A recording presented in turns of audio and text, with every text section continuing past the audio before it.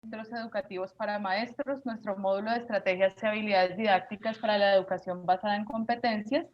Y tenemos el día de hoy estrategias y técnicas didácticas creativas. ¿Me confirman, por favor, que todos estén viendo la presentación? No, no se ve. Permítanme entonces un segundo.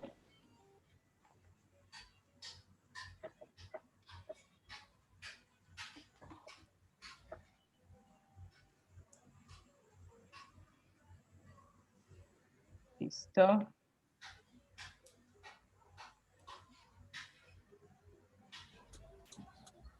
Aquí en este momento la están viendo. Sí, se ve ya. Listo, les agradezco entonces por la paciencia. Vamos a dar agilidad al tema. Hoy quisiera iniciar esta sesión del día de hoy incluyendo esta frase de Guilford que me llamó muchísimo la atención, que para enfrentar el mundo de hoy necesitamos más de un comportamiento creativo que de un comportamiento inteligente. Creo que es una frase muy diciente para lo que vamos a ver en este momento, que son estrategias y técnicas creativas en el modelo por competencias. Nuestro contexto, recordemos que desde la clase pasada venimos insistiendo en el tema de las competencias. Para esto, pues debemos saber que las competencias se deben cumplir ciertos parámetros y las competencias básicamente se centran en tres principios muy importantes. El primero de ellos es saber hacer, que son las habilidades. El segundo de ellos es el saber, que es el conocimiento. Y el tercero son las actitudes. Las competencias, como sabemos, son una herencia fundamental de la planeación estratégica dentro de las organizaciones. Por allá en los años 60, que empezó el tema de planeación estratégica, era importantísimo contar con ciertas habilidades y competencias dentro de las organizaciones para desarrollar ciertos trabajos y labores específicas. Cuando el contexto social, económico y de trabajo se dio cuenta que se necesitaban de estas competencias, educar en estas competencias y habilidades específicas, fue que el modelo por competencias migró a la educación y en este sentido se hizo sumamente importantes para poder generar que la educación migrara al modelo por competencias, todos pudiéramos educar de cierta manera a todas las personas en este modelo por competencias. Voy a proceder a silenciar a dos personas porque tengo un retorno bastante grande, entonces vamos a silenciar a dos personas. Tengo un retorno, listo. Bueno, muchísimas gracias. Entonces, nuestro objetivo dentro del proceso de enseñanza será el de seleccionar los métodos, técnicas y estrategias didácticas más efectivas que permitan potenciar la creatividad en diversos entornos de enseñanza y aprendizaje en el aula. Nosotros nos hemos dado cuenta, sobre todo ahorita al finalizar el siglo XX y entrar al siglo XXI, donde se da esa migración gigantísima hacia la industria 4.0, que obviamente afecta y tiene varias ramas esa industria 4.0 y una de ellas es la rama de la educación, en donde claramente nosotros tenemos un proceso que nos implica el responder a unas necesidades de esos entornos y esa respuesta de esos entornos se hace a partir de la creatividad y la innovación. En estos marcos de cambios tecnológicos, solo la creatividad y la innovación van a responder a eso. Y lo vamos a ver más adelante en los diferentes modelos de aprendizaje. Pero, ¿qué es la planeación didáctica y cómo se hace? Nosotros sabemos que esa planeación didáctica debe tener unos objetivos para buscar alcanzar de una manera consciente y organizada los objetivos de aprendizaje. Debe haber una función 1, una función 2 y una función 3 que la hemos llamado así en este proceso de aprendizaje, La primera es un ejercicio de anticipación en el que se detallan de manera efectiva las actividades, estrategias y técnicas que se implementarán en ese proceso de aprendizaje. Una vez implementadas, yo debo responder a una función 2 que responderá a preguntas que se esperan que los alumnos aprendan, cómo se favorece el aprendizaje y en qué momento se va a realizar cada acción. Finalmente, la planeación permite al docente anticipar y tomar decisiones, organizar, establecer metas, diseñar su ruta de trabajo, analizar su práctica y efectuar ajustes. En función de todos estos estrategias y estas funciones que hemos detallado, nosotros debemos hacer una planeación de la secuencia de didáctica y esto no es más sino una secuencia lineal que pretende construir una lógica a partir del proceso de aprendizaje. Nosotros tenemos inicialmente una asignatura y un tema general que dictar. En este caso, nosotros lo que hacemos es que esa asignatura, pues en el caso de nosotros, pues será la maestría que nos trae consigo y el tema de hoy, que son las estrategias didácticas. O sea, yo puedo generar este proceso. Luego, yo construyo un contenido que retroalimente esas asignaturas y esos temas generales. Entonces, en esa planeación de esa secuencia didáctica, yo tengo un contenido, una duración, ¿sí?, de esa secuencia y el número de sesiones previstas. Ese contenido responderá a si es un curso, a si es un diplomado, a si es un proceso de educación de posgrados, a qué tipo de elementos va a responder ese contenido. Debo tener una finalidad, como todo. Recordemos que en estos procesos de educación es supremamente importante tener una finalidad, unos propósitos y unos objetivos, una elección de un problema, un caso o proyecto, unas orientaciones generales para la evaluación. Debo tener una línea de secuencias didácticas, actividades de apertura. En este caso tendremos actividades de desarrollo y actividades de cierre. Luego tengo una línea de evidencias de evaluación de aprendizaje. Recordemos que una de las grandes herencias que nos trae la sociedad irán encaminados a generar elementos que permitan evaluar y controlar todos los procesos que yo llevo en este momento. Finalmente, debo tener un material de apoyo, es decir, toda mi guía de la secuencia didáctica debe tener unos recursos bibliográficos, debe tener unos recursos gráficos, pues en este caso nosotros tenemos que entender que partiremos de la educación virtual como una de las grandes herramientas de apoyo de la presencialidad y esto lo ha demostrado el tema de la pandemia.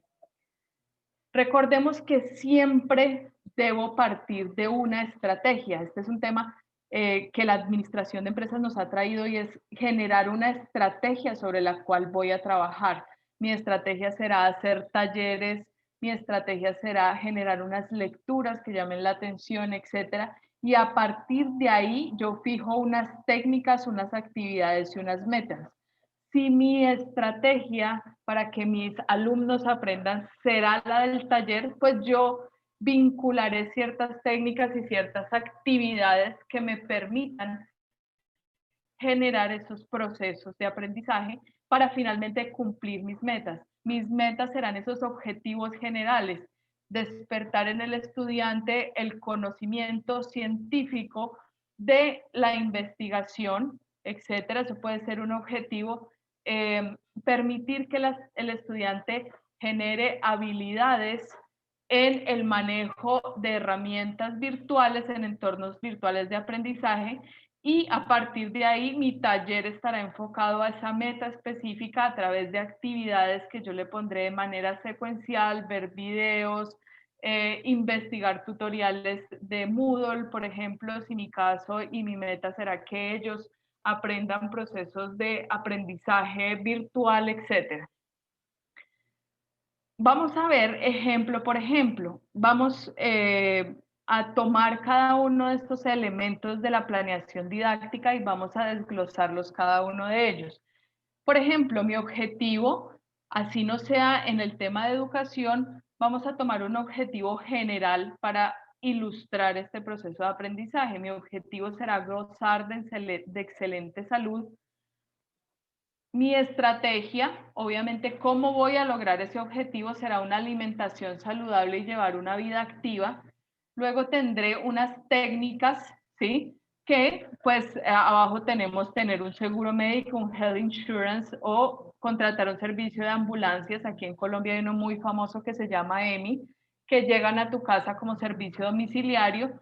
La estrategia número 2 puede ser ir a la medicina. Para yo gozar de esa buena salud, debo visitar periódicamente un médico, debo tomarme unas muestras de sangre, debo tomar ciertos medicamentos que me permitan conservar mi buena salud.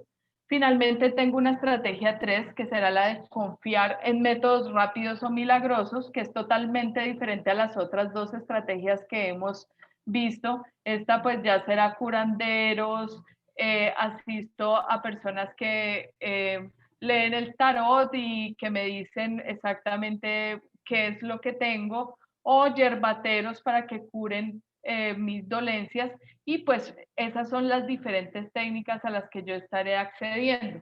También hay estrategias y técnicas malas. Miren que finalmente la gente que acude a los yerbateros no siempre tiene la solución, pero sí es una técnica y una estrategia válida a la que cualquier persona puede ir, pero no siempre es la más efectiva. En este caso, nosotros debemos escoger esas estrategias didácticas que respondan de una manera eficiente a lo que nosotros queremos darle a cada uno de los estudiantes.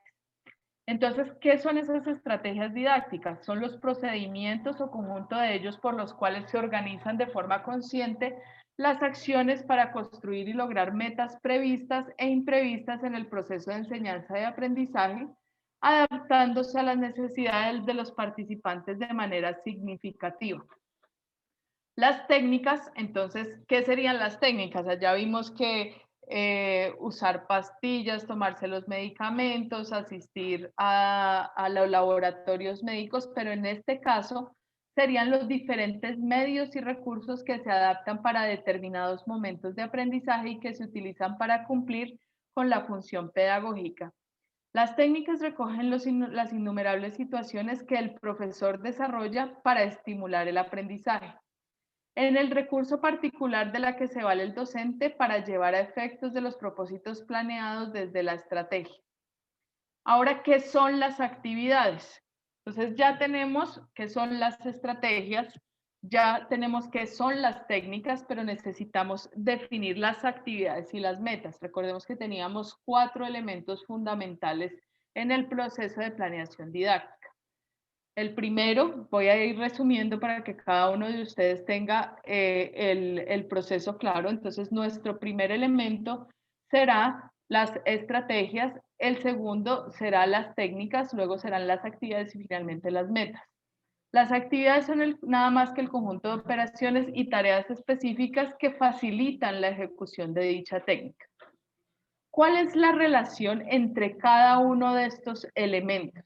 Recordemos que el objetivo fundamental es cumplir una meta de aprendizaje, cursar el 8º grado. Mi meta de aprendizaje será obtener conocimientos y habilidades en temas de educación virtual. Mi meta será una especialización.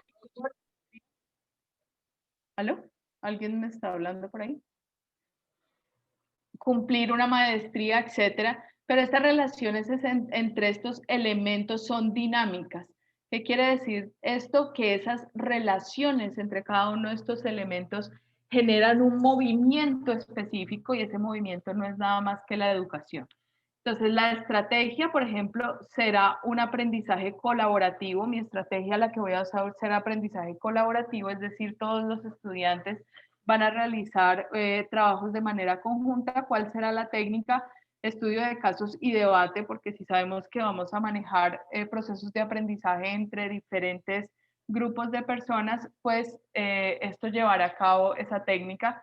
Luego tenemos la actividad que será una discusión grupal, por ejemplo, en el caso de particular del estudio de casos, o un trabajo individual que resuma lo visto durante la clase, el estudio del caso o finalmente unas tareas aprendidas sobre el debate que se llevó a cabo. ¿Cuáles son las características de estas estrategias? Tenemos que hay una planificación flexible, hay una adaptación contextual, hay un clima distendido y gratificante, roles participativos e interactivos, productividad o realización personal, satisfacción, conciencia del autoaprendizaje. En la clase pasada recuerdo que les tocaba el tema de qué era la educación y para qué era esa función de la educación. Y esa educación parte del autoconocimiento y la autorregulación. Soy una persona que soy capaz y consciente de mi propio yo y en este sentido genero esa conciencia que me permite también generar procesos de autoaprendizaje. Ya no estamos en el proceso de el profesor que se las sabe todas y es el que va a las clases, sino que tenemos ese autoaprendizaje. ¿Cuáles son algunas de las estrategias didácticas?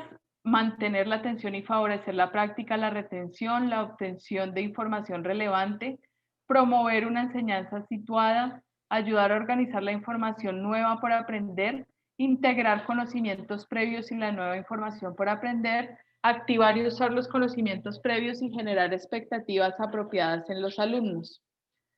Vamos a ver cómo se clasifican estas estrategias de aprendizaje. Tenemos estrategias de aprendizaje cognitivas, metacognitivas y socioafectivas. La primera, cognitivas, hace referencia a la integración del nuevo material con el conocimiento previo del estudiante. Las metacognitivas hacen referencia a la planificación, control y evaluación por parte de los estudiantes de su propia cognición. Será un conjunto de estrategias que permiten el conocimiento de los procesos mentales, así como el control y regulación de los mismos con el objetivo de lograr determinadas metas de aprendizaje.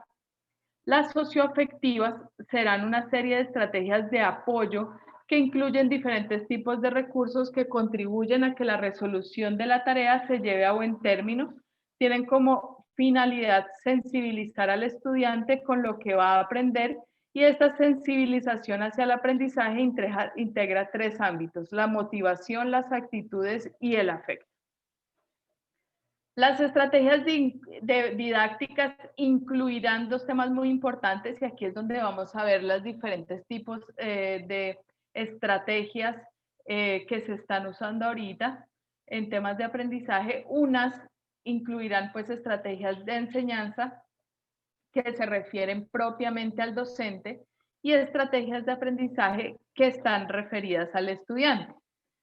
Entonces, las estrategias didácticas de aprendizaje están centradas en la comunicación, el análisis y el razonamiento, la interpretación, la adquisición, la comprensión y la organización. Las estrategias didácticas de enseñanza, en este caso es lo que nosotros vamos a empezar a descubrir en este momento. Tenemos el aprendizaje basado en problemas, el aprendizaje colaborativo, el aprendizaje basado en proyectos, la autogestión o aprendizaje y el aprendizaje por descubrimiento. Pero yo traigo hoy como modo de discusión y modo de debate una nueva estrategia didáctica de enseñanza que se llama el aprendizaje basado por retos. En los últimos años, en la bibliografía científico-metodológica que se presta gran atención de la enseñanza problemática con medio altamente efectivo para estimular la actividad de los estudiantes y educar en ellos el pensamiento científico creador.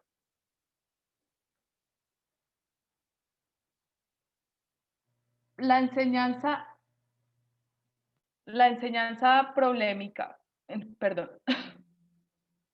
La enseñanza problemática es una concepción del proceso de enseñanza y aprendizaje en el cual los alumnos se enfrentan a aspectos contrapuestos de objeto de estudio relevados por el maestro y los asimilan como problemas docentes, cuya solución se efectúa mediante tareas cognitivas, preguntas por elementos de problemicidad y que permiten la apropiación de los conocimientos en su dinámica mediante la utilización de métodos problemáticos de enseñanza.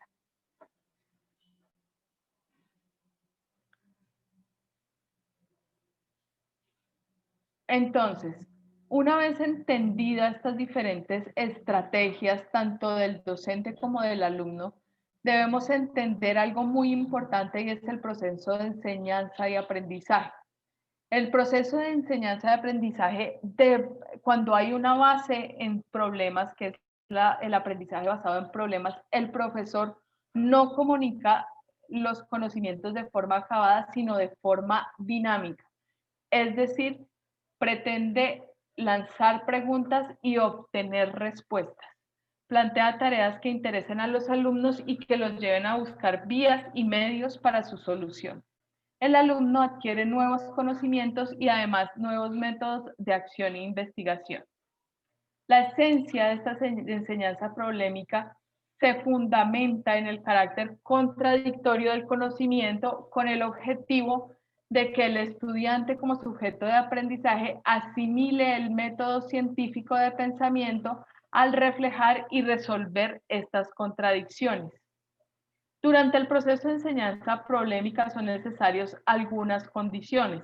Recordemos que estamos estudiando en este momento el marco en el cual se estructura el aprendizaje basado en problemas, que es una de las estrategias que vamos a utilizar. Siempre debe encontrar un material docente, tareas, preguntas por su contenido que puedan ser problemas para los estudiantes, es decir, cómo el estudiante puede utilizar su proceso cognitivo para resolver cualquier duda o inquietud frente al caso. Organizar situaciones tales ante los estudiantes en que se revelen las contradicciones. Que los estudiantes tengan la capacidad de encontrar de forma independiente modos de solución a las tareas bajo la dirección inmediata o mediata del profesor. Cuando yo llevo al estudiante a solucionar problemas, de por sí él está generando un pensamiento crítico que le permite a él llevar a cabo un proceso de involucramiento frente a cada uno de los temas propuestos. Por eso traigo esta frase de Benjamin Franklin que dice, dime y lo olvido, enséñame y lo recuerdo, involúcrame y lo aprendo. Acá, ¿alguno ha visto un documental de Netflix que se llama El dilema de las redes sociales? Escucho preguntas. Escucho respuestas. ¿Alguno active el micrófono si ha visto el documental de Netflix del dilema de las redes sociales? No. No, Lisa. No la vi, no la vi. No, listen. No, Ok. no.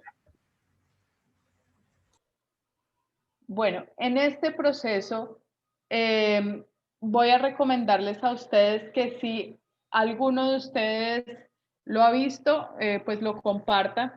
Básicamente el documental de Netflix de El dilema de las redes sociales está enfocado en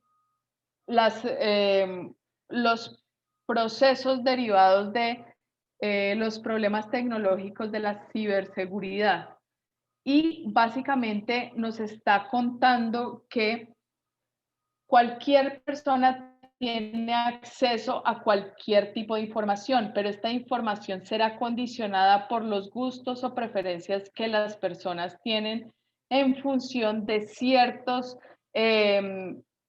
elementos específicos. Es decir, por ejemplo, si yo soy de izquierda, de corriente de pensamiento de izquierda, siempre recibiré noticias a este respecto, pero si soy persona de derecha, recibiré noticias de política, ciencia, etcétera, que estén relacionadas con el pensamiento político de la derecha. Es decir, el documental de Netflix dice ahora las personas tienen acceso a tanta información que no se sabe cuál de esta información es verídica y cuál no. Y casi que yo podría dar respuesta a cualquier inquietud que se le plantea a los estudiantes. ¿Y por qué lo traigo a colación? Porque básicamente en este momento el problema es cómo educar cuando el estudiante tiene acceso a gran cantidad de información. ¿Y cuáles son esos retos que se presentan con la tecnología del siglo XXI? Vamos a ver este documental. Permítanme un segundo porque no lo veo rodar ahí.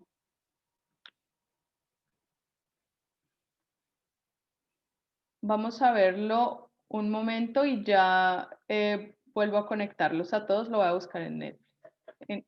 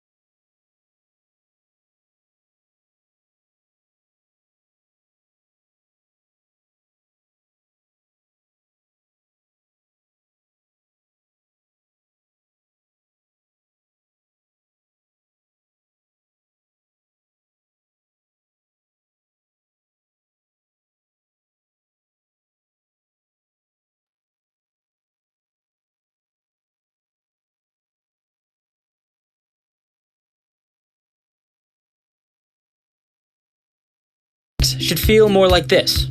That's why you need ClickUp. With ClickUp, when you want to assign a task, you task it.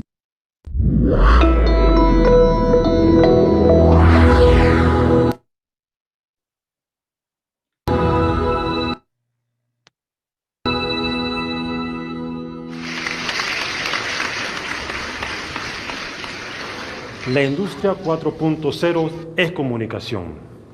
Todos los días utilizamos los celulares. Todos los días las empresas se comunican vía Internet. Nosotros nos comunicamos vía Internet. La tecnología ha comenzado a avanzar desde la primera revolución industrial, cuando comenzamos a ver las máquinas a vapor. Segunda revolución industrial, comenzamos a fabricar carros en líneas. Tercera revolución industrial, comenzamos a automatizar las empresas. Computadoras comienzan a aparecer. Los robots comienzan a aparecer. El día de hoy estamos en la cuarta revolución industrial, lo que algunos conocemos como industria 4.0. ¿Qué es la industria 4.0 o qué vamos a comenzar a ver en la industria 4.0? Vamos a tener conceptos como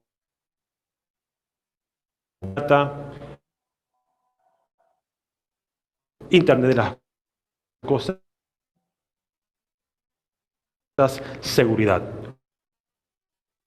Nos van a abrumar con tecnologías, mejores aprendizajes significativos. Conceptos, materias, planes de estudio que vienen del siglo pasado, debemos comenzar a actualizarlos. Los gobiernos, las empresas, tienen que comenzar a ver con luces largas el futuro y comenzar a preparar a los nuevos profesionales. Los niños de hoy, en el 2022 o el 2030, ni siquiera esos puestos o esos trabajos ni siquiera existen. Fíjense algo, el día de hoy vamos a necesitar personas que sepan de diseño e impresión 3D. Las empresas tienen que comenzar a personalizar sus productos. Eso quiere decir que si yo quiero una camisa de color anaranjado con botones morados, la empresa me la tiene que dar. Si quiero un auto que sea de color fucsia, con llantas cuadradas, me lo tiene que vender. Que no va a funcionar con llantas cuadradas, no interesa, pero yo lo quiero con llantas cuadradas. Las empresas se van a tener que automatizar, porque quieren ser eficientes y quieren ser productivas. Para eso vamos a necesitar personal que sepa de robótica, mecatrónica. Necesitamos vender. Las empresas tienen que tener presencia en Internet. Si tiene presencia en Internet, necesitan ciberseguridad. Hay un estudio del ISC al cuadrado que dice que van a sobrar Escuche bien, van a sobrar 1.8 millones de empleos en ciberseguridad. Hay un top rank de 100 países. Panamá aparece en el rank número 66. Eso quiere decir que estamos siendo invadidos por ciberataques. Ejemplo de ellos, los Panama Papers. Básicamente un ataque de ciberseguridad. Las empresas van a tener equipos. Esos equipos tienen sensores. Los sensores van a generar millones de datos. Con los datos hacemos información y tomamos decisiones. Necesitamos gente especializada en Big Data para que pueda procesar esos millones de datos para así hacer buena información y tomar decisiones en el futuro. El Foro Económico Mundial hace referencia que para el año 2022 el 85% de las empresas va a implementar Big Data. El 75% de las empresas va a implementar Internet de las Cosas. Para el año 2022, 75 millones de personas van a perder el empleo por no actualizarse en la industria 4.0, pero van a haber 133 millones de nuevos empleos en la parte de tecnología. La pregunta es, ¿quieres ser parte de los 75 millones o quieres ser parte de los 133 millones que tienen empleo? No es el gobierno, no son las universidades, no son las escuelas las que te van a preparar. Eres tú el que tiene que estar preparado para la industria 4.0 que ya está aquí. Muchas gracias.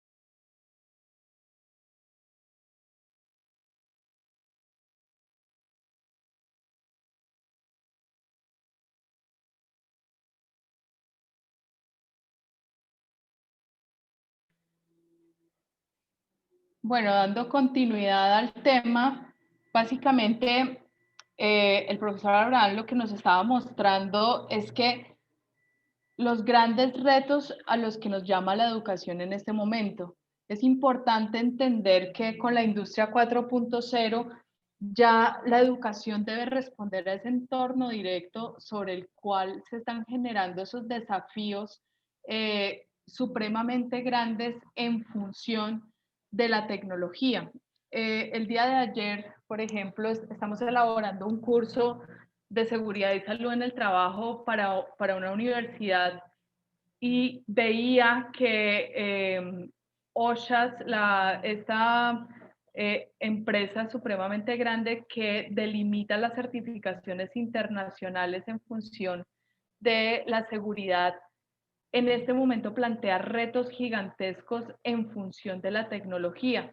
Y todo el mundo, no solo la ciberseguridad, se convierte en uno de los elementos fundamentales para responder a los retos de la tecnología, sino que también tanto los docentes como los alumnos deben generar unas habilidades específicas en torno a la tecnología.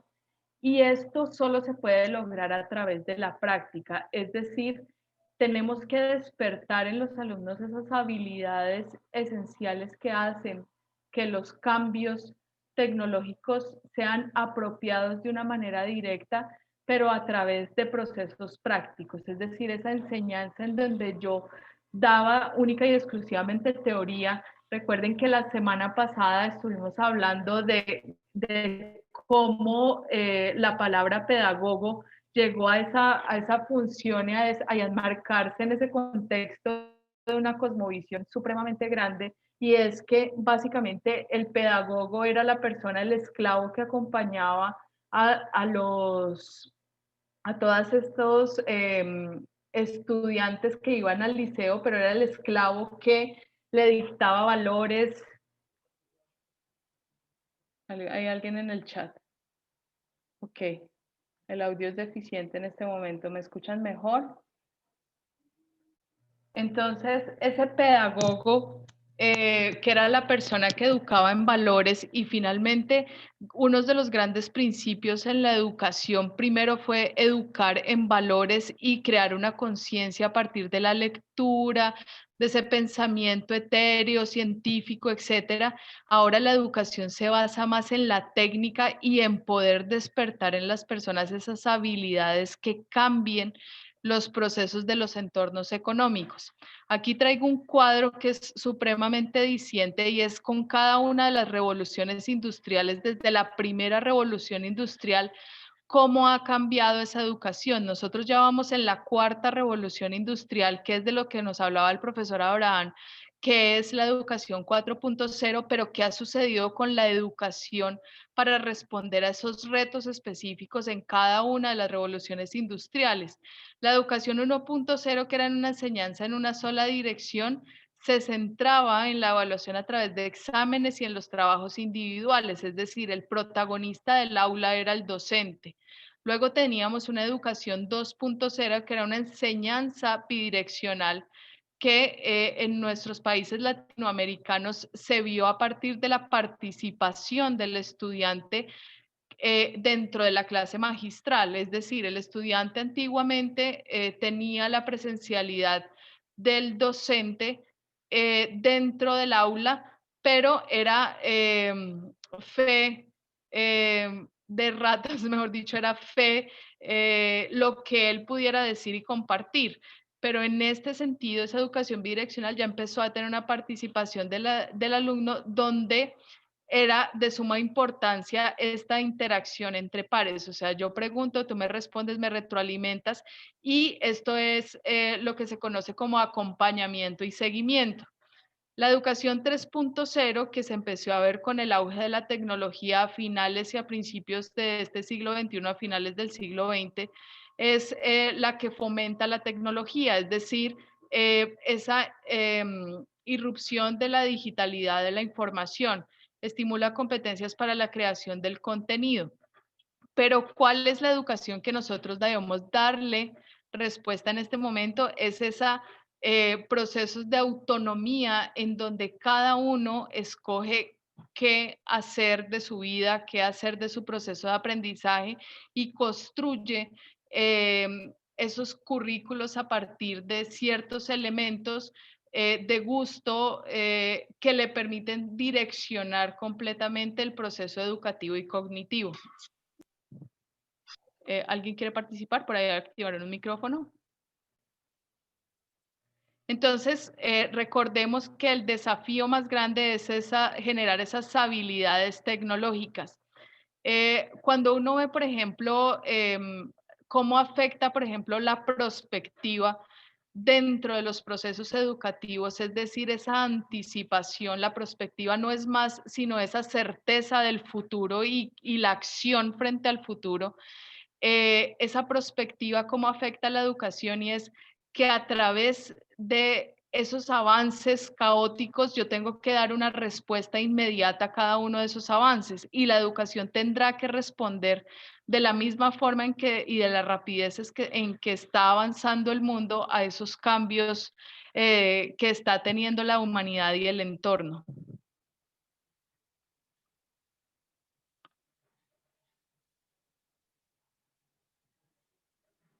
Alguien me está hablando, José Luis Rodríguez, ¿nos puedes subir el trabajo desde el domingo? Lo vamos a subir desde el día de hoy. Bueno, entonces nosotros habíamos visto que teníamos la enseñanza problemática, ¿sí? Pero hay una disrupción grandísima, que es este tema que les traigo el día de hoy, que a modo de debate, y es el aprendizaje basado en retos. Este aprendizaje basado en retos no es más sino generar esa habilidad y despertar esa habilidad en el estudiante que le permita generar una actividad, tarea o situación que dé respuesta a un estímulo específico. Es decir, el enfoque pedagógico de este proceso no es más sino a lo adaptado por Apple en algún punto, en una situación específica con el panorama educativo. Es decir, los retos generados por Steve Jobs en diferentes situaciones de los procesos de innovación de Apple, es traer esos procesos de práctica y error, de generar esa anticipación a los cambios futuros, de generar en el estudiante y despertar esas habilidades que le permitan desarrollar de manera clara esos retos y esos problemas de la educación. En este proceso, miremos que no es un proceso lineal, sino que está lleno de cambios y altibajos en donde yo tengo colaboración, creatividad, comunicación, resolución de problemas y finalmente llego a una meta específica. Tengo el descubrimiento, los equipos del trabajo, puedo dar una primera solución, segunda, tercera, cuarta solución, plan A, plan B, plan C. Doy un feedback, es decir, el profesor retroalimenta ese proceso, tengo una solución final, hay una votación y finalmente tiene un ganador. Es decir, estos procesos se manejan como se manejan procesos corporativos como el design thinking, que permite generar esos elementos de empatía frente a ciertos retos y problemas que presenta el entorno social y económico de los diferentes procesos de la humanidad. Entonces, lo que yo les traía es ese aprendizaje basado en retos, que es el Challenge Learning. El Challenge Learning, que es el aprendizaje basado en retos, es un enfoque pedagógico que involucra activamente al estudiante en una situación problemática real, relevante y de vinculación con el entorno, la cual implica la definición de un reto, la implementación de una solución, se centra en la adquisición de nuevos conocimientos y el desarrollo de competencias y habilidades blandas. Recordemos que estos eran lo que antiguamente se llamaba habilidades blandas, pero que para el aprendizaje por reto se llama habilidades power, o sea, son habilidades de poder, ¿sí? Entonces, antes eran esas habilidades blandas, ahora se convierten en las habilidades de poder. Vamos a dar un ejemplo de cómo es ese aprendizaje por retos.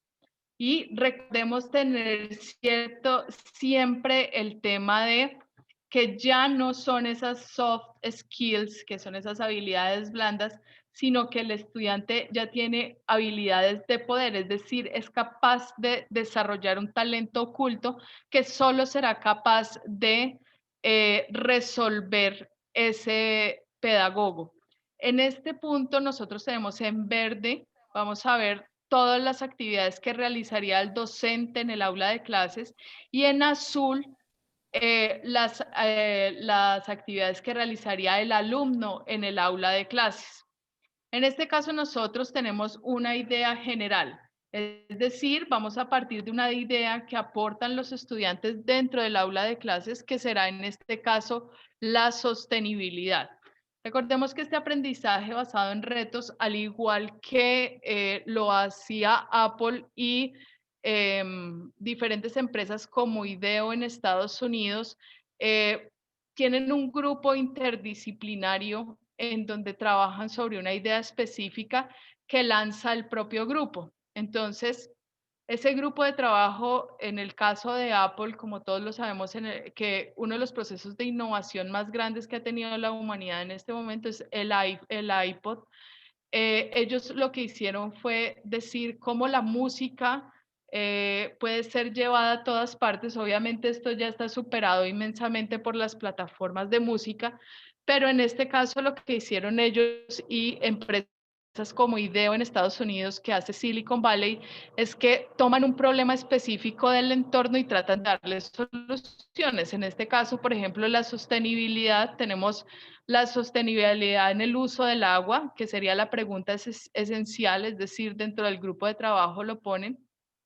El reto, cómo podríamos crear un sistema para ahorrar agua en las casas, y las preguntas guía del profesor es engage and investigate, es decir, el direccionamiento sobre el cual van a trabajar estas personas. Luego, el mismo equipo de trabajo da una solución específica, que es un producto propuesto como solución.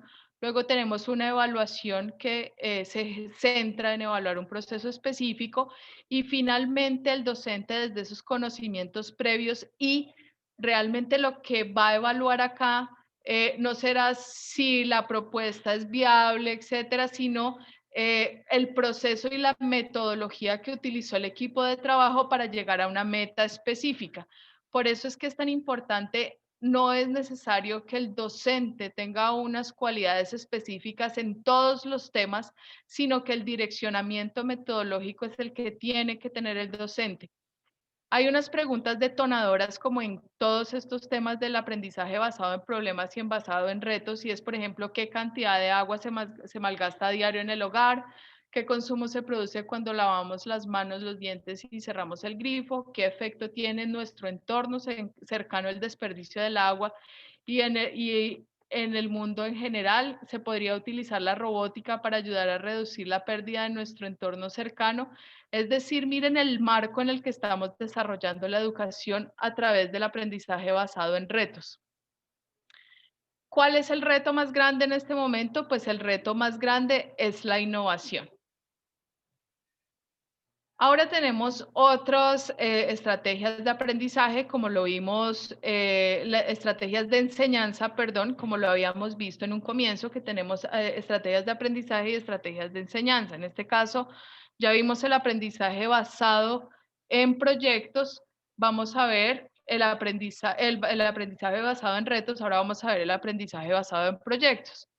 Al igual que el aprendizaje basado en retos, esta modalidad de enseñanza de aprendizaje se centra en tareas, promueve aprendizaje individual y autónomo dentro de un plan de trabajo definido por objetivos y procedimientos. Los alumnos se responsabilizan de su propio y único aprendizaje, descubren sus preferencias y estrategias en el proceso, y asimismo pueden participar de las decisiones relativas de los contenidos y la evaluación de aprendizaje.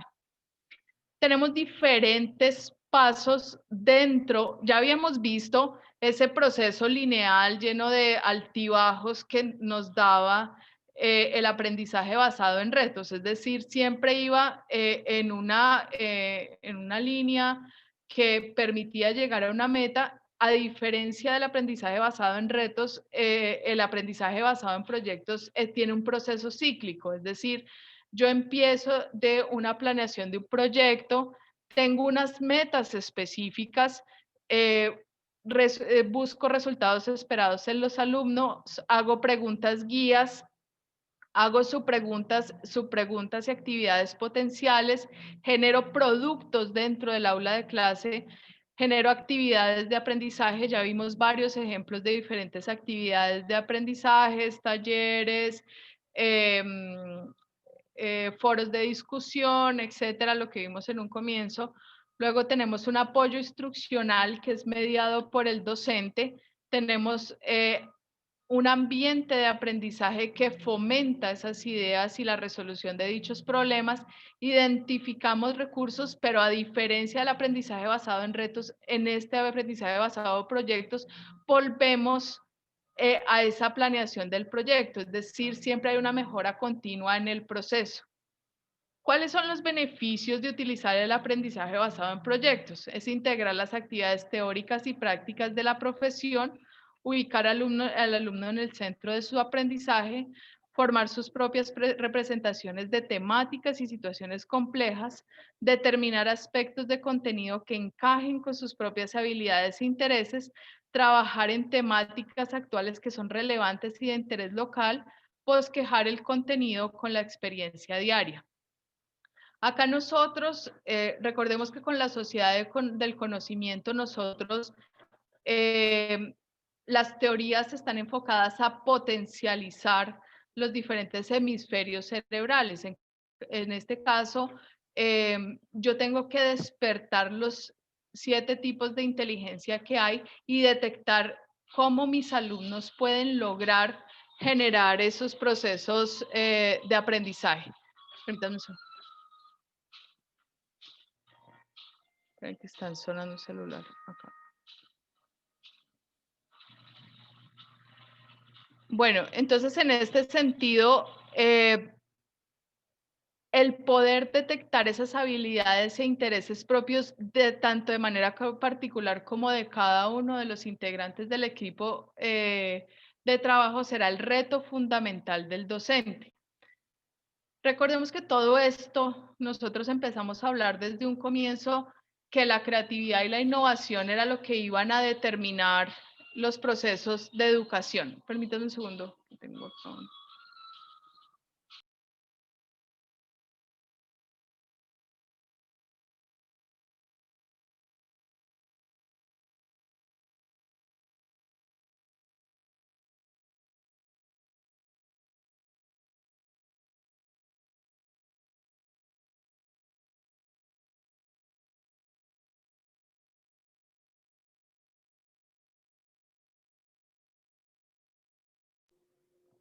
Bueno, perdón, es que estoy en unas oficinas y alguien dejó un celular activado acá. Bueno, entonces decíamos que esa educación claramente tenía que enfocarse en el desarrollo de la creatividad y la innovación, pero esas estrategias creativas que adquiere el estudiante, pues mayor protagonismo que en las metodologías tradicionales, es decir, el centro de ese proceso educativo y participativo, pues será esas habilidades y esos intereses del estudiante, va construyendo los conocimientos y desarrollando ciertas habilidades por medio de la búsqueda personal orientada por el profesor y finalmente es un proceso de aprendizaje más implicativo, más atrayente y más motivador. ¿Por qué? Porque se basa claramente en el despertar de los intereses propios del estudiante. ¿Cuáles son esas estrategias motivacionales? Entonces, preparatorias que permiten activar la enseñanza, motivar, crear expectativas o inducir al grupo en la revisión de ciertos contenidos. Durante el desarrollo buscan esas estrategias motivacionales apoyar, estimular y favorecer la atención y finalizando el proceso buscarán integrar, dar una visión de los contenidos en el entramado social en donde se desarrolla la educación y permite evaluar y retroalimentar al maestro. Recordemos que las estrategias didácticas y la didáctica es ese proceso sistémico que hace que cada una de las piezas engranen de manera perfecta, pero el engranaje también debe estar sometido a ciertos procesos de evaluación que permitan pues, generar la mejora continua, ¿no? ¿Por qué la motivación es necesaria para inducir a los alumnos en diferentes procesos de aprendizaje? Son las diferentes acciones que realiza el maestro para reforzar el aprendizaje y por tanto están presentes durante todos los momentos de aprendizaje, provoca un tono afectivo y moviliza acciones en un grado más elevado de interés y agrado. Ya vimos entonces el aprendizaje basado en retos, ya vimos el aprendizaje basado en problemas y ahora vamos a hablar del aprendizaje colaborativo. Ya sabemos que el aprendizaje colaborativo, a diferencia de las dos anteriores, no es una corriente nueva. O sea, el aprendizaje colaborativo desde siempre ha sido una constante que le permite una manera de socialización al estudiante dentro del aula de clase. Entonces, no es nuevo. No puede ser aplicado siempre porque yo tengo que medir esa creación de habilidades propias del estudiante. Debe ser combinado con otras formas de enseñanza y no funciona por sí solo. Es un gran cambio que requiere tiempo para ser ajustado. Las estrategias didácticas en el aprendizaje colaborativo estarán mediadas por actividades y técnicas, tal como lo habíamos visto, que es estrategia, actividades técnicas y metas. Pero las actividades que yo puedo plantear en el aprendizaje colaborativo, pues obviamente tendrán que ver con un grupo, con un equipo de trabajo. Esas discusiones en grupo serán las actividades, habrá tareas en equipo, tareas individuales, métodos de casos, métodos de proyectos y debates. Como cualquier trabajo en grupo, bien sea a nivel organizacional o bien sea a nivel educativo, pues tiene unas ventajas insuperables, más cuando yo estoy hablando de la sociedad 4.0. En este caso, permite el enriquecimiento de las ideas, va a facilitar los interaprendizajes en un clima de cooperación. Es decir, yo llevo a mis estudiantes a facilitar metodologías de trabajo en equipo, ¿sí? Y resolución de problemas al igual en trabajo en equipo. Puede disminuir errores debido a los frutos de la inteligencia colectiva, es decir, hay procesos de discusión que aportan a esa metacognición, resultan más atractivos e interesantes por el contacto con las demás personas. Entonces, ¿de qué dependerá la utilización de diferentes técnicas didácticas? En los otros casos, pues nosotros ya veíamos que había técnicas didácticas enfocadas en el docente, en el cual el docente fijaba una línea de trabajo en la resolución del problema o en la resolución del reto. En este caso, dependerá de procesos y competencias que se quieran desarrollar.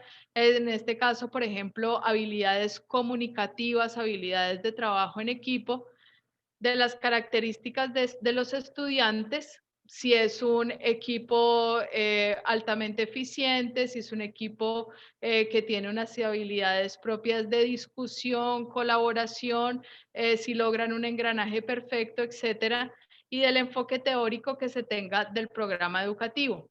También dependerá del tipo de modalidad educativa que se esté llevando a cabo, es decir, no es nada fácil generar dentro de procesos de educación no presencial, virtual a distancia, trabajos en equipo que sean retroalimentados como lluvias de ideas. Hemos visto las limitantes en este caso que tienen las plataformas como Zoom o las plataformas como Gmail en este proceso. Los criterios para escoger estas técnicas de trabajo colaborativo tendrán que ver con la validez, es decir, la congruencia frente a los objetivos. Yo no puedo generar unos objetivos que sea desarrollar una habilidad específica en un estudiante particular y generar unas herramientas de trabajo en equipo o de trabajo colaborativo, porque finalmente estaré evaluando a un equipo completo de trabajo y no esas habilidades particulares en el estudiante. Debe tener otro criterio que se llama la compresividad, si la actividad reconoce los objetivos en toda su amplitud. Variedad, que será necesario porque existen diferentes tipos de aprendizaje. Ya les hablé un poco de los diferentes hemisferios del cerebro, los 7 tipos de inteligencia, etc. La adecuación, que será adaptarse a las diversas fases del desarrollo. La relevancia o significación, que será la posibilidad de transferencia y utilidad para la vida actual y futura. ¿Cuáles serán esas preguntas del maestro para programar su práctica docente? ¿De qué manera se da el aprendizaje en las personas que tengo a mi cargo? Estas preguntas no solo van a aplicar al aprendizaje por retos, por problemas, sino a todos los tipos o modalidades que yo tenga. ¿Cómo adecuar el contenido de la materia a los intereses y necesidades de los estudiantes? Ya vimos que todas estas líneas del nuevo aprendizaje, de la sociedad 4.0, de la educación 4.0, irán enfocadas necesariamente en el despertar de esos intereses de cada uno de los estudiantes. ¿Cómo motivar su necesidad de aprender? Será otra de las preguntas del maestro. ¿Con qué criterios se plantea la programación de la evaluación de los cursos? ¿Cómo se realiza la integración entre la teoría y la práctica? ¿Y de qué manera el estudiante, a partir de la materia, cuestiona su realidad social e interactúa con ella? ¿Cómo concibo entonces la tarea en este proceso? Ya vimos que si yo no tengo un reto, que si yo no tengo un problema y que si yo no tengo un equipo, pues básicamente la educación no está funcionando ni estará respondiendo a las necesidades del entorno. Entonces debo generar tareas que las tareas, por ejemplo, que no propicien la búsqueda y el conocimiento, debo reemplazarlas por tareas que propicien la búsqueda reflexiva del conocimiento y la comprensión y su aplicación en el entorno real. Entonces, aquí tenemos una frase que dice situación de aprendizaje en función de un objetivo cuya contradicción en forma problematizadora entre sus exigencias y condiciones implica al alumno desde el punto de vista afectivo motivacional promueva la significatividad, activación y relación de su aprendizaje, dotándolo de un sistema de conocimientos, habilidades y valores que posibilite el tránsito progresivo de la dependencia a la independencia, constante autoperfeccionamiento y responsabilidad social. Atención con esto porque son las 3 líneas fundamentales sobre las cuales trabaja la educación en este momento. Nosotros teníamos que la educación, en la clase pasada hablábamos de 3 principios fundamentales, que era la libertad, la naturaleza y la razón, es decir, el hombre en función de esos 3 principios acá en el mundo actual estará en función de la independencia, el autoperfeccionamiento y la responsabilidad social. Perdón, técnicas didácticas. Entonces, algunas de las técnicas didácticas que podemos utilizar en este momento serán mapas cognitivos, estrategias de ensayo, lluvia de ideas, que es el brainstorm, que también es una de las técnicas traídas de la empresa. Tenemos el cuadro sinóptico, los diagramas, los cuadros comparativos y las líneas de tiempo. Todos estos elementos en los procesos o las personas que están llevando también la certificación en docencia virtual con la Universidad de SAM, van a ver que existe ya diferentes plataformas como Canvas, etcétera, que le permite a usted generar todos estos mapas, diagramas, las líneas de tiempo, etcétera, con acompañadas y mediadas por procesos tecnológicos sumamente didácticos y fáciles de aprender. El debate siempre ha sido una técnica y una estrategia de aprendizaje totalmente válida y que no ha perdido, como la clase magistral, su importancia en los procesos de aprendizaje y en las metodologías de enseñanza. El debate siempre va a llevar un papel significativo porque despierta la visión crítica del estudiante. Entonces, es una técnica de discusión en la que se exponen aspectos en pro y en contra de una situación. El moderador dirige la discusión. El grupo debe conocer el tema y polemizar, controvertir o estar de acuerdo. Y los debatientes deben defender el tema y sus posiciones con ideas bien fundamentadas. Mire que hay diferentes técnicas que vimos ahorita que no se adecúan a los diferentes técnicas, estrategias de enseñanza.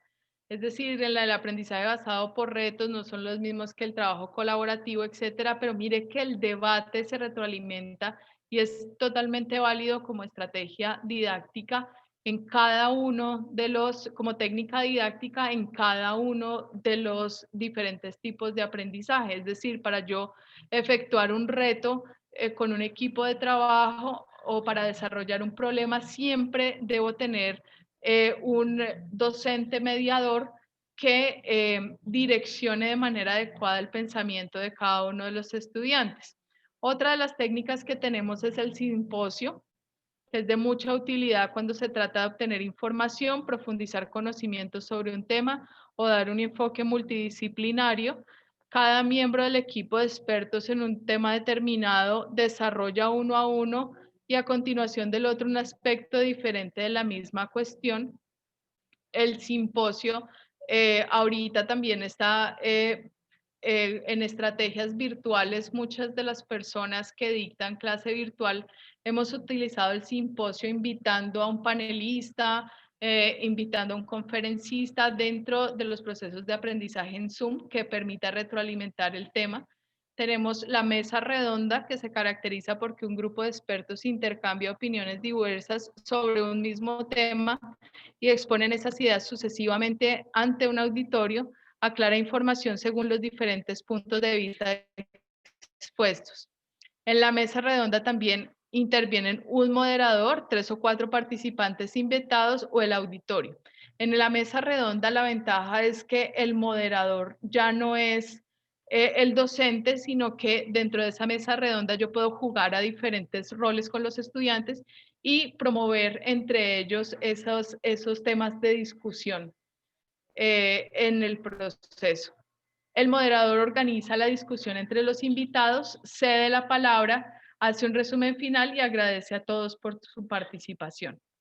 El ensayo, que ya lo habíamos visto en las técnicas, el ensayo pues también está presente en todos los tipos de aprendizaje y es sumamente importante para desarrollar esas capacidades sintácticas y semánticas que puedan tener los estudiantes. Entonces desarrolla la capacidad para redactar relacionando de manera recíproca el pensamiento con el lenguaje mediante la escritura. El ensayo debe ser apoyado en sólidos argumentos y para elaborar un ensayo obliga al estudiante a pensar, es decir, cuál es mi posición crítica. Reconozco un modo de redacción específico en el estudiante, una forma de organizar las palabras y las ideas que tienen un sello personal, una huella específica. Y hay que tener en cuenta que las estructuras del ensayo se cumplan, que son las que tenemos a mano derecha, que es la introducción, el enunciamiento del problema, la exposición de la tesis, la argumentación y las conclusiones. La planeación de las técnicas didácticas. Acá tenemos un ejemplo de cómo planeo esas técnicas didácticas y no es más sino una guía de aprendizaje.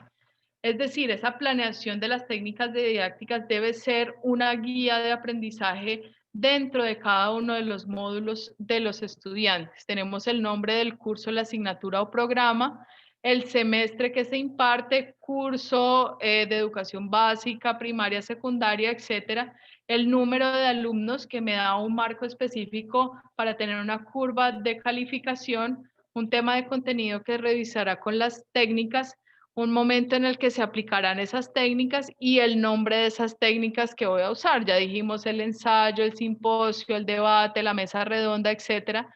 Como siempre, tendré que tener unos objetivos específicos para llevar el buen direccionamiento. Entonces, esos objetivos específicos obviamente irán en infinitivo y irán acompañados de una competencia específica que quiero desarrollar en el estudiante. Aprender, aplicar, actualizar, entender, etcétera, son algunos de los verbos con los que yo acompaño esos objetivos. Habrá un desarrollo de una técnica que incluye los pasos, reglas, roles, procedimientos, seguimiento al ejercicio, es decir, un ensayo individual de un tema específico, una mesa de trabajo de máximo 5 estudiantes, etcétera, todos los pasos, las reglas, los roles, el tiempo que requerirá esa actividad, el material requerido, las observaciones, que además incluye características del grupo, cursos en los cuales se puede aplicar y finalmente unas recomendaciones que incluirán las limitaciones, dificultades y las recomendaciones para hacer más eficiente el ejercicio. Entonces, interrogando saberes previos. ¿Qué entendemos por creatividad? Vamos a hacer que cada uno de ustedes participe y me diga qué han entendido o qué entienden por creatividad después de todo lo que hemos visto. Por favor, activan sus micrófonos. Gracias.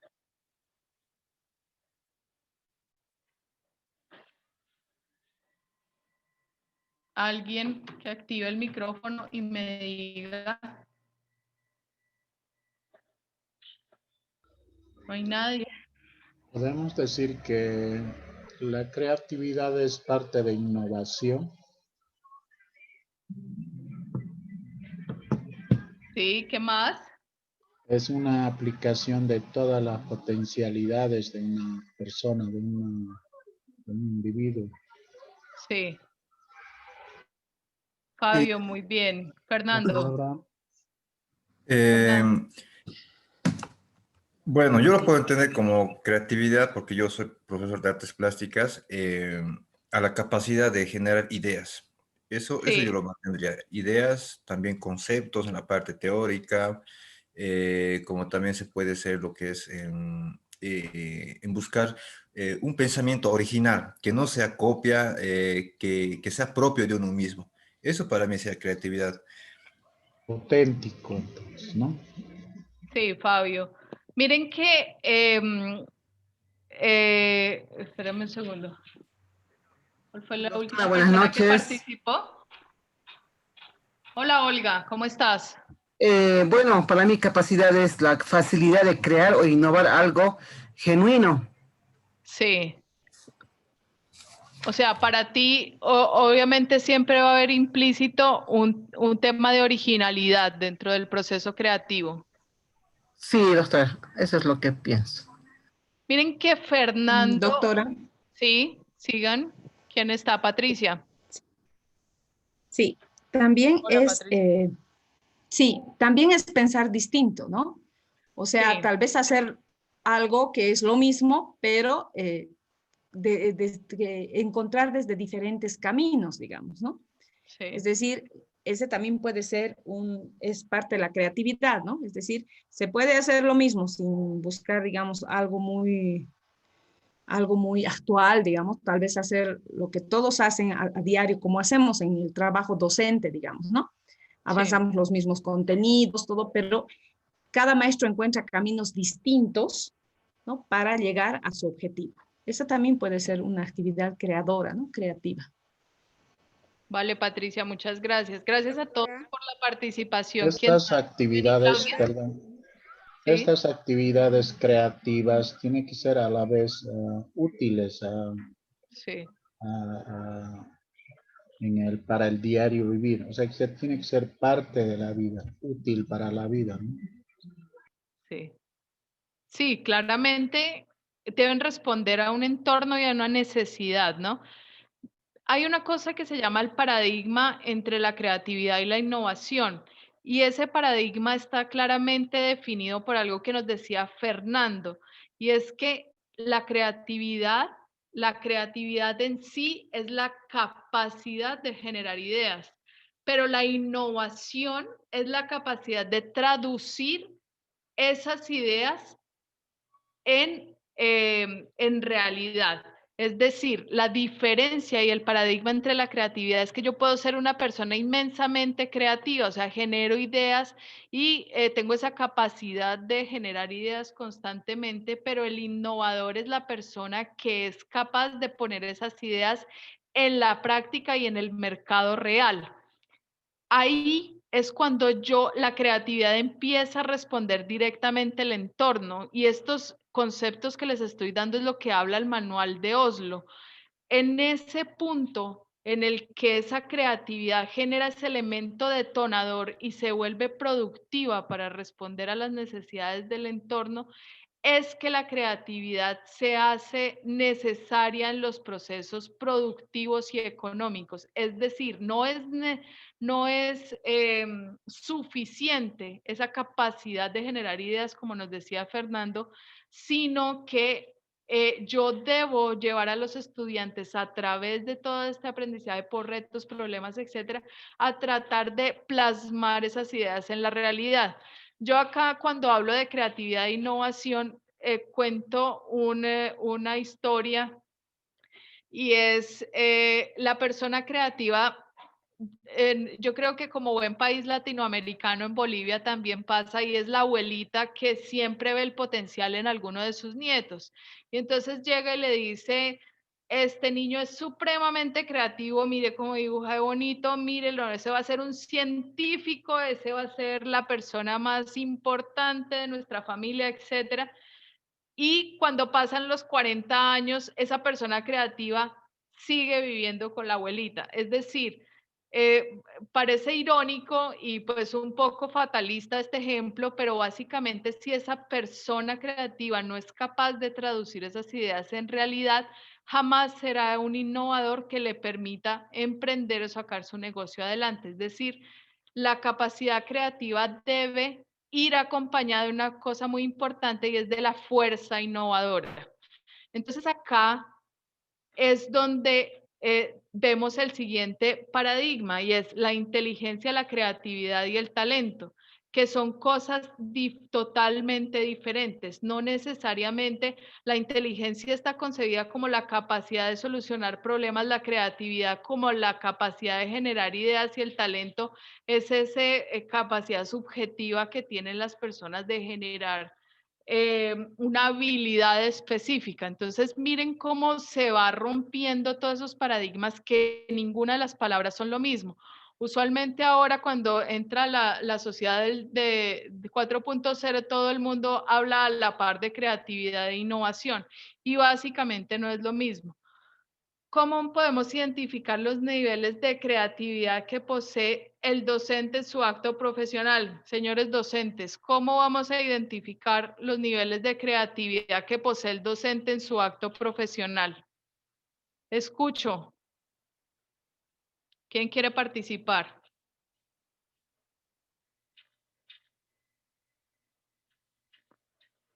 Vamos a ver, Fernando, que fue el que participó ahora y dio en el target. ¿Estará por ahí? Alguien que active los micrófonos.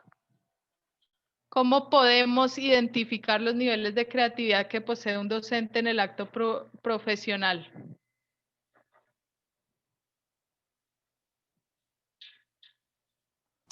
Doctora. Olga, perfecto. Yo creo que relacionando inteligencia, creatividad y talento, ya que los seres humanos tenemos aptitud y actitud.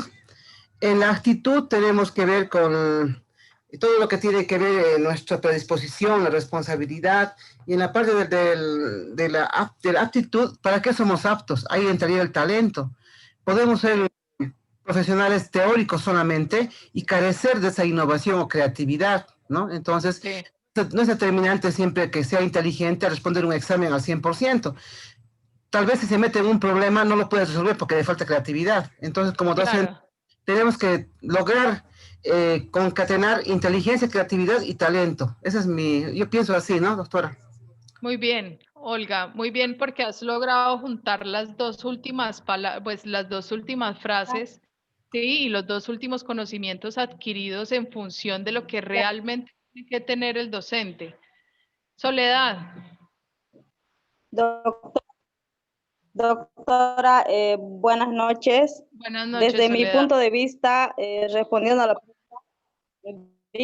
¿cómo podemos identificar los niveles de creatividad que posee el docente en su acto profesional? Yo pienso que depende de la clase que damos, o sea, nuestro nivel de creatividad se va a notar en la capacidad de los estudiantes de cómo están dentro del aula y cómo ellos generan comunicación con los demás compañeros. O sea, ahí se ve cómo el docente ha podido desarrollar de manera creativa su clase, sí, participativa sobre todo, ¿no? Entonces, el acto del maestro se ve en los estudiantes, o sea, estudiantes creativos, estudiantes participativos, estudiantes motivados, innovadores. ¿no? Yo pienso que sí, esos son los resultados.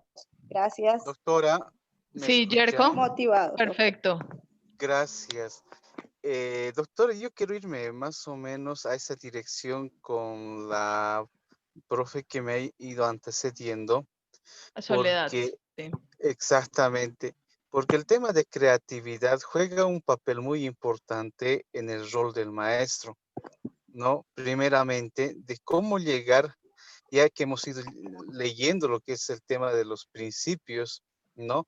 Y que hace reflejo mucho a esto de la creatividad para poder llegar a que los estudiantes puedan entender con diferentes estrategias, diferentes usos de materiales, ¿no? En tema educativo para llegar con un conocimiento a los estudiantes y asimismo se pueda generar procesos de creatividad mismas en los estudiantes y que estas, con los conocimientos generados puedan que nuestros estudiantes consolidar una vida, ¿no? En ese sentido, creo que la vida de un docente es cíclico, ¿no? Y en ese sentido creo que es muy importante hablar de creatividad y aplicarla en una vida profesional. Sí, tienen toda la razón, Soledad y Yerko, ¿sí?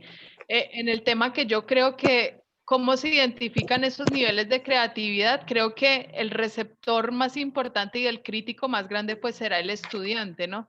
En cualquier proceso educativo, el estudiante será el calificador o el objeto que permite en ese momento medir esa capacidad docente.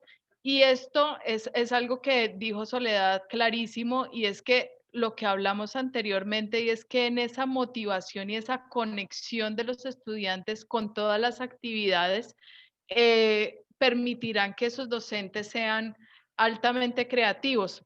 Aquí en Colombia hay el premio anual pues al profesor o al docente más creativo, y se premian estrategias innovadoras en procesos de educación. Y básicamente en los últimos años, así como para contarles a ustedes cómo funciona en Colombia el tema, ganó uno de los docentes de comportamiento y salud. Acá comportamiento y salud en los colegios, pues son esas asignaturas que tienen que ver con temas de sexualidad. Aquí hubo un revuelo muy grande de uno de los docentes que fue premiados por ser uno de los docentes más creativos en sus procesos de enseñanza de sexualidad, y él lo que logró es que él trabajaba en barrios marginales pues en Colombia, específicamente en la ciudad de Bogotá, donde la tasa de embarazo infantil era supremamente alta. Y él logró impartir de una manera tan creativa su proceso de educación sexual, que en el último año en el que él fue premiado, su colegio para el cual él trabajaba logró un índice de 0% en embarazos en adolescentes y preadolescentes. Entonces, miren cómo esos procesos influyen directamente en lo que nosotros teníamos desde el comienzo de esta charla, esa relación con los procesos sociales y del entorno, la autorregulación, y esos son esos medidores en los niveles que posee ese docente de conexión y motivación, que era lo que nos decía Soledad y Yerko. Gracias por la participación a todos. Ahora vamos a ver el vínculo entre la inteligencia, la creatividad y el talento. Esto está determinado por este elemento en donde la base más importante son esos conocimientos adquiridos, que es la inteligencia. Tenemos un potencial creativo, un desempeño creativo y un talento. Todos estos pues serán actividades, y una dependerá de la otra, es decir, esos conocimientos previos son los que determinarán esa potencialidad creativo que dará un desempeño y finalmente generará un talento. Es decir, la persona que tiene el talento para la música, el talento para tocar algún instrumento, etcétera, o para las matemáticas, pues debe tener conocimientos previamente adquiridos en ese sentido. La inteligencia, entonces ya vamos a entrar a definirlas después de nuestra discusión, es la capacidad del sujeto para solucionar problemas, que era lo que yo les decía en un comienzo, conjugando sus recursos cognitivos y personales de forma flexible y económica, adecuada a las exigencias del medio y de los objetivos y metas perseguidas, y supone un eficiente nivel de control y regulación de dicha actividad.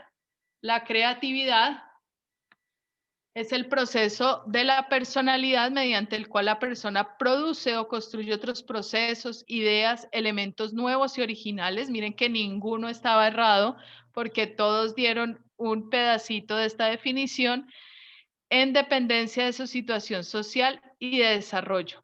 Y finalmente, el talento se puede considerar realmente como un potencial, lo que es en el sentido que una persona dispone de una serie de características o aptitudes que puede o no llegar a desarrollar o desplegarlas a un ritmo mayor o menor en función de diversas variables que se puede encontrar en el desempeño. Ya como hemos definido todo y se nos está acabando el tiempo, vamos a desarrollar la actividad evaluativa para este tema específico que fue pues realmente importante para todos ustedes. Vamos a desarrollar un mapa conceptual teniendo en cuenta estrategias didácticas, técnicas didácticas y actividades didácticas.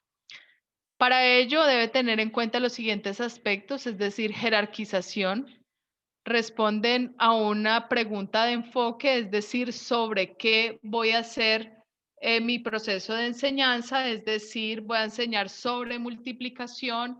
Ojo que no es un mapa conceptual cualquiera, es un mapa conceptual pues con todos los elementos pedagógicos, no es que a veces hago esta actividad evaluativa y me llegan un mapa conceptual de definiciones, etcétera. No, supongamos mi mapa conceptual, voy a educar a mis personas, por ejemplo, en arte, en multiplicación, etcétera, en cualquier tema específico, y debo fijar esas técnicas, actividades, todo lo que vimos hoy, para lograr el adecuado conocimiento de ese tema específico. Debe ser simple, debe haber uso de enlaces cruzados y debe ser agradable a la vista. Es decir, no me entreguen cualquier papel escaneado, sino que tratemos de utilizar herramientas en Internet que hay para la elaboración de los mapas conceptuales.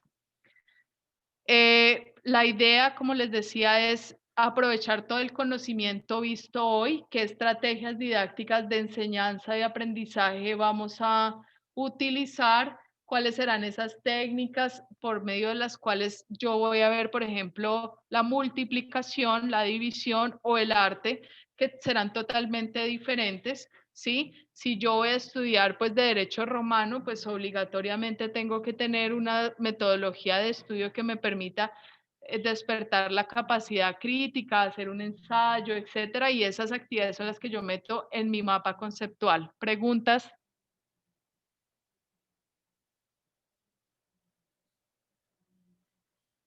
¿Alguno tiene una pregunta específica? La actividad evaluativa, obviamente ustedes le pueden tomar en este momento una foto, las actividades evaluativas se suben dentro de la plataforma Moodle,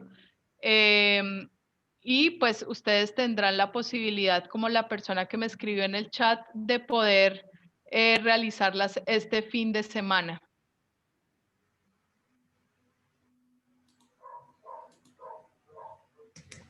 Doctora, una pregunta. Olga, sí, dime. En la jerarquización, ¿vamos a colocar el tema que vamos a desarrollar? Sí, señora. O sea, es decir, ¿Temas, subtemas? En la jerarquización, pues tú tendrás cuál es tu tema principal y tus subtemas en el caso de que haya lugar, ¿sí? Está bien, gracias. ¿Alguien más? Hola, buenas noches, doctora. ¿Cómo están? ¿Con quién hablo? ¿Angélica? Espérate. No. Ah, no, es que hay alguien con el micrófono encendido. Permítanme, ya prendo. Listo. Hola, ¿me escucha, AMD, sí, le escucho perfectamente. Mi consulta era que el mapa conceptual que nos dice es sobre el tema que nos compartió el día de hoy. El mapa conceptual es, por ejemplo, en este momento tú estás haciendo la maestría en educación, ¿sí? Y tú puedes ser un docente, por ejemplo, en el caso de Fernando, que es el que tengo como más a la mano ahorita para poner el ejemplo, es un docente de arte. Entonces, supongamos que Fernando va a dar una cátedra de arte en la prehistoria, ¿sí? Arte rupestre, por ejemplo. Y él desarrollará ese tema, esa es su jerarquización, como nos decía Olga. Es decir, Fernando utilizará el arte rupestre y acompañará ese proceso de enseñanza con unas estrategias didácticas, con unas estrategias pedagógicas y todo lo que vimos hoy, utilizando actividades técnicas y metas, y esas son las que tú tienes que desarrollar en el mapa conceptual. Es decir, por ejemplo, si voy a hablar de arte rupestre, obligatoriamente tengo que fomentar la investigación de los estudiantes.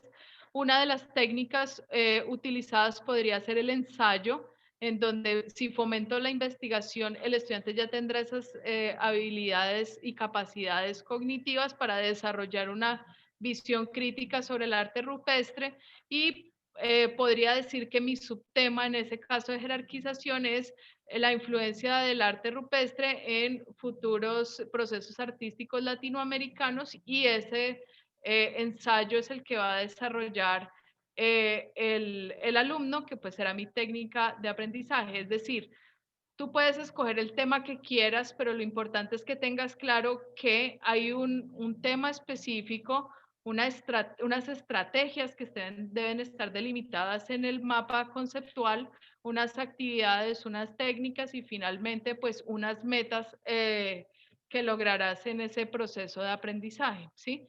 Puedes escoger cualquier tema, la sostenibilidad, por ahí vimos en el aprendizaje basado en retos, un ejemplo muy bonito sobre la sostenibilidad y es el tema es la sostenibilidad y un subtemas que es la sostenibilidad en el agua y había unas preguntas detonadoras, etcétera, pero tú lo tienes que organizar a modo de mapa conceptual, ¿sí? Ojo que un mapa conceptual, mucha atención, un mapa conceptual no es un diagrama de flujo, que alguna vez en este ejercicio alguien me envió un diagrama de flujo, y no es un diagrama de flujo.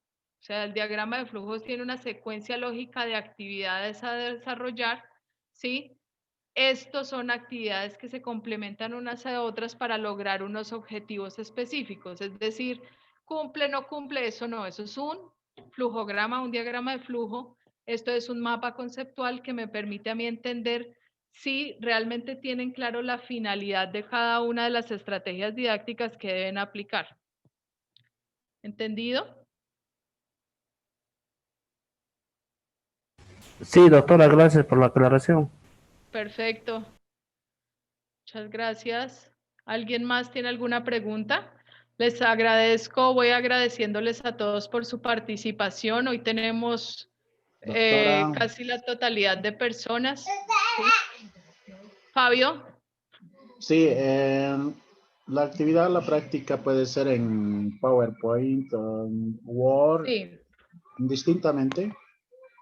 No importa, lo importante es que tenga una buena presentación. Es más, hay unas plataformas, como les decía, para generar mapas conceptuales.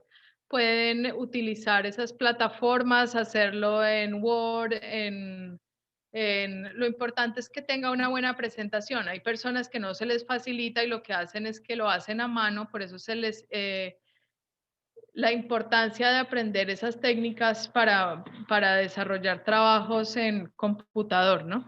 Porque hay personas que se les dificulta y le escanean una hoja, no. La idea es que desarrollen sus habilidades técnicas para el proceso. Gracias. Fabio, mil gracias.